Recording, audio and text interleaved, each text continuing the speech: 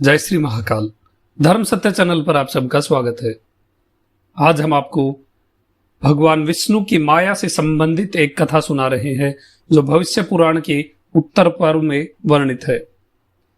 राजा युधिष्ठिर ने पूछा कि भगवान, ये विष्णु भगवान की माया किस प्रकार की है जो इस चराचर जगत को मोहित करती है।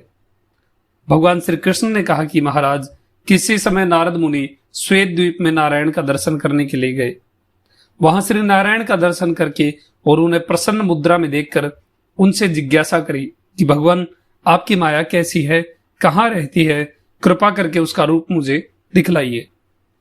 भगवान ने हंसकर कहा कि नारद, माया को देखकर क्या करोगे, इसके अलावा जो कुछ चाहते हो वो मांगो।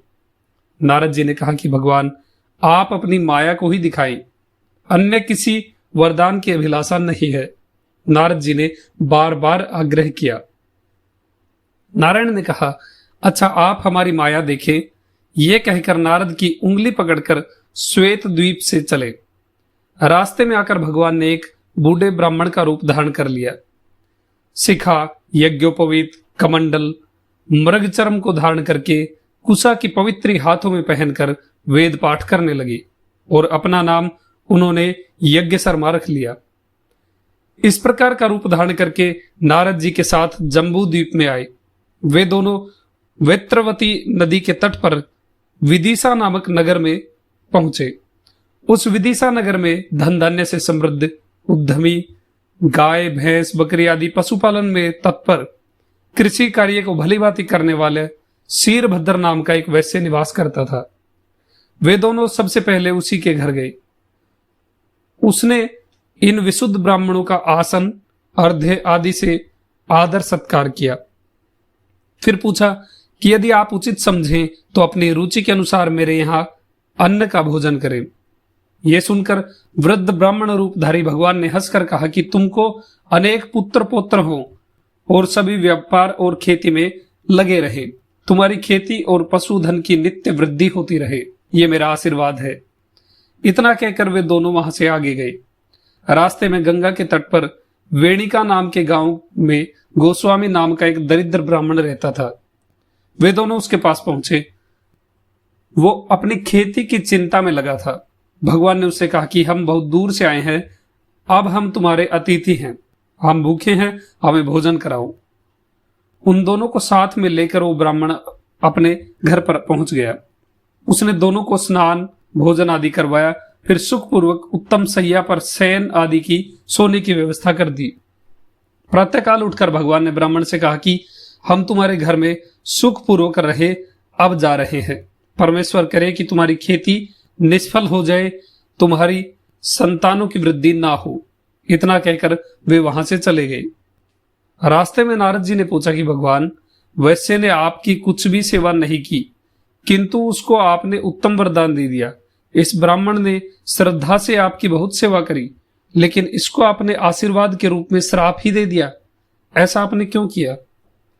नारद जी से भगवान ने कहा कि साल भर मछली पकड़ने में जितना पाप होता है, उतना ही एक दिन हल जोतने से होता है। वो शीरभद्र वैश्य अपने पुत्र पौत्रों के साथ इसी कृषि कार्य में लगा हुआ है, वो नरक में जाएगा। अतः हमने न तो उसके घर में विश्राम किया और ना ही भोजन किया। इस ब्राह्मण के घर में भोजन और विश्राम किया। इस ब्राह्मण को ऐसा आशीर्वाद दिया कि जिससे जग ज्वाला में न फंसकर मुक्ति को प्राप्त कर ले। इस प्रकार रास्ते में बातचीत करते हुए वे दोनों कान्याकुब्ज देश के समीप पहुंचे। वहां उन्होंने एक अतिशय रम्य सरोवर देखा। उस तालाब की शोभा देखकर वे बहुत प्रसन्न हुए। भगवान ने कहा कि नारद, ये उत्तम तीर्थ स्थान है, इसमें स्नान करना चाहिए। फिर कन्नौज नाम के नगर में चलेंगे। इतना कहकर भगवान उस सरोवर में स्नान करके शीघ्र ही बाहर आ गए। फिर नारद जी भी स्नान करने के लिए उस तालाब में प्रवेश कर गए। स्नान संपन्न करके जब वे बाहर निकले, तब उन्होंने अपने को दिव्य कन्या के रूप में देखा। उस कन्या के विशाल नेत्र थे, चंद्रमा के समान मुख था। वो सर्वांग सुंदरी कन्या दिव्य शुभ लक्षणों से संपन्न थी। अपनी सुंदरता से संसार को विमोहित कर रही थी। जिस प्रकार समुद्र से संपूर्ण रूप की निधान लक्ष्मी जी निकली थी, उसी प्रकार सरोवर से स्नान के बाद नारद जी स्त्री के रूप में बाहर निकले। भगवान अंतर्ध्यान हो गए। वो स्त्री भी अपने झुंड से भ्रष्ट अकेली हिरणी की तरह भयभीत होकर इधर उधर देखने लगी। इसी समय अपनी सेनाओं के साथ राजा तालध्वज वहां आया और उस सुंदरी को देखकर सोचने लगा कि ये कोई देव स्त्री है या अप्सरा। फिर बोला कि हे बाले, तुम कौन हो और कहां से आई हो? उस कन्या रूपी नारद जी ने कहा कि मैं माता पिता से रहित और निराश्रय हूं, मेरा विवाह भी नहीं हुआ है, अब आपकी शरण में हूं। इतना सुनते ही प्रसन्नचित होकर राजा उसे घोड़े पर बैठाकर राजधानी पहुंचा और विधि पूर्वक उससे विवाह कर लिया। 13वें वर्ष में वो गर्भवती हुई। समय पूर्ण होने पर उससे एक तुम्बी उत्पन्न हुई। तुम्बी अर्थात एक लोकी का जन्म हुआ, जिसमें 50 छोटे छोटे दिव्य शरीर वाले युद्ध में कुशल बलशाली बालक थे। उसने उनको घृत कुंड में छोड़ दिया, यानी एक घी के कुंड में छोड़ दिया। कुछ दिन बाद पुत्र और पुत्रों की खूब वृद्धि हो गई। वे महान अहंकारी, आपस में विरोधी और राज्य की कामना करने वाले थे। फिर राज्य के लोभ से कौरव और पांडवों की तरह आपस में युद्ध करके समुद्र की लहरों की तरह लड़ते हुए वे आपस में ही सब नष्ट हो गए। वो स्त्री अपने वंश का इस प्रकार संहार देखकर छाती पीटकर करुणापूर्वक विलाप करती हुई मूर्छित होकर पृथ्वी पर गिर पड़ी। राजा भी दुख से पीड़ित होकर रोने लगा।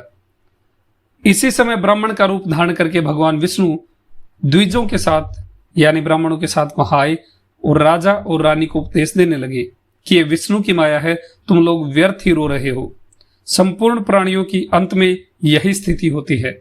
विष्णु माया ही ऐसी है जिसके द्वारा सैकड़ों चक्रवर्ती और सैकड़ों इंद्र उसी तरह नष्ट कर दिए गए हैं जैसे दीपक को प्रचंड वायु नष्ट कर देती है। समुद्र को सुखाने के लिए भूमि को पीसकर चूर्ण करके डालने की और पर्वत को पीठ पर उठाने की सामर्थ्य रखने वाले पुरुष भी काल के कराल मुख में चले गए हैं।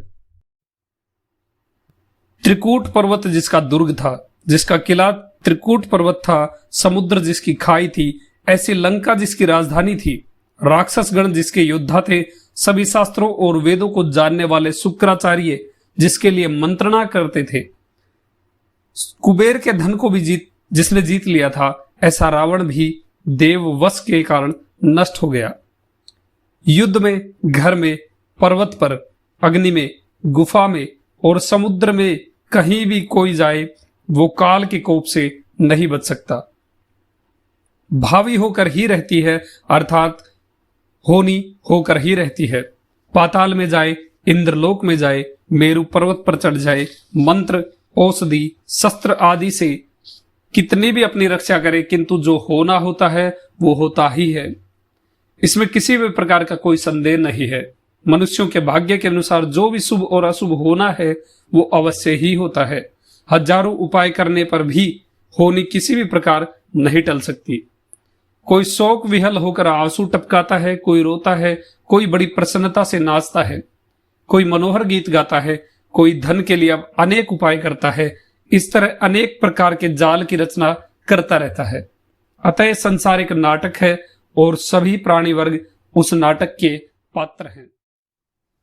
इतना उपदेश देकर भगवान ने रानी का हाथ पकड़कर कहा कि नारद जी, तुमने विष्णु की माया देख ली, अब उठो, अब स्नान करके अपने पुत्र पुत्रों को अर्घ्य देकर दैहिक कृत्य करो।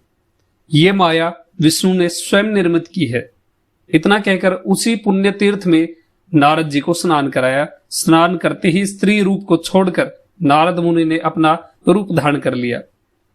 राजा ने भी अपने मंत्री और पुरोहितों के साथ देखा कि जटाधारी, यज्ञोपवीतधारी, दंड कमंडल लिए, वीणा धारण किए हुए खड़गों के ऊपर स्थित एक तेजस्वी मुनि है। वो मेरी रानी नहीं है। उसी समय भगवान नारद का हाथ पकड़कर आकाश मार्ग से क्षण मात्र में ही श्वेत द्वीप आ गई। भगवान ने नारद जी से कहा कि देवर्षि नारद जी, आपने मेरी माया देख ली। नारद के देखते देखते ऐसा कहकर भगवान विष्णु अंतर्ध्यान हो गए। देवर्षि नारद जी ने भी हंसकर उन्हें प्रणाम किया और भगवान की आज्ञा प्राप्त कर तीनों लोकों में घूमने लगे। महाराज, इस विष्णु माया का हमने संक्षेप में वर्णन किया है। इस माया के प्रभाव से संसार के जीव पुत्र, स्त्री, धन आदि में आसक्त होते हुए, रोते गाते हुए अनेक प्रकार की चेष्टाएं करते हैं। भगवान विष्णु की माया से संबंधित ये कथा आपको अच्छी लगी हो तो वीडियो को लाइक जरूर करें। आपका दिन शुभ हो। जय श्री महाकाल।